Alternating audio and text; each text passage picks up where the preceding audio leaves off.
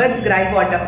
So పేరు వినే ఉంటారు కదా, బీభత్సమైన అడ్వర్టైజ్మెంట్ స్ట్రాటజీ. ఆ అడ్వర్టైజ్మెంట్ చూసి ఎంతమందో కొనేసుకుని వాళ్ళ పిల్లలకి ఇచ్చేసి ఉంటారు లెఫ్ట్ అండ్ రైట్గా. కానీ ఇది ఇవ్వడం వల్ల ఎంత డేంజరో ఈరోజు మనం తెలుసుకుందాం రండి. Hi guys, I'm doctor Bindu, gynaecologist.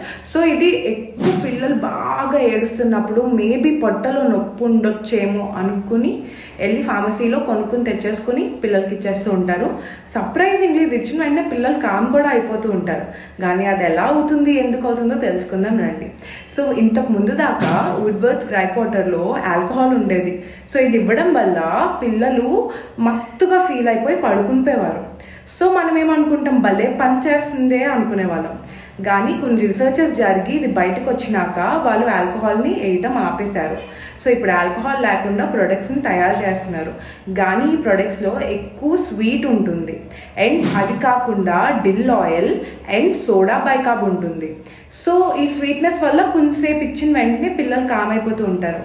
కానీ లాంగ్ రన్లో ఇది చాలా పిల్లలకి డేంజర్. ఎందుకంటే ఈ సోడా బైకాబ్ అంటే వంట సోడా ఎంత బాడీ లోపలికి వెళ్ళిపోయి లోపల ఉన్న పీహెచ్, బేబీ ఒక పీహెచ్ని మార్చేసి బేబీకి మల్లబద్ధకం వచ్చే ఛాన్సెస్, ఇంకా బేబీ నర్వస్ సిస్టమ్ కూడా దెబ్బతినే ఛాన్సెస్ ఉన్నాయి. సో దయచేసి మీరు ఇది వాడొద్దు, అస్సలు రికమెండెడ్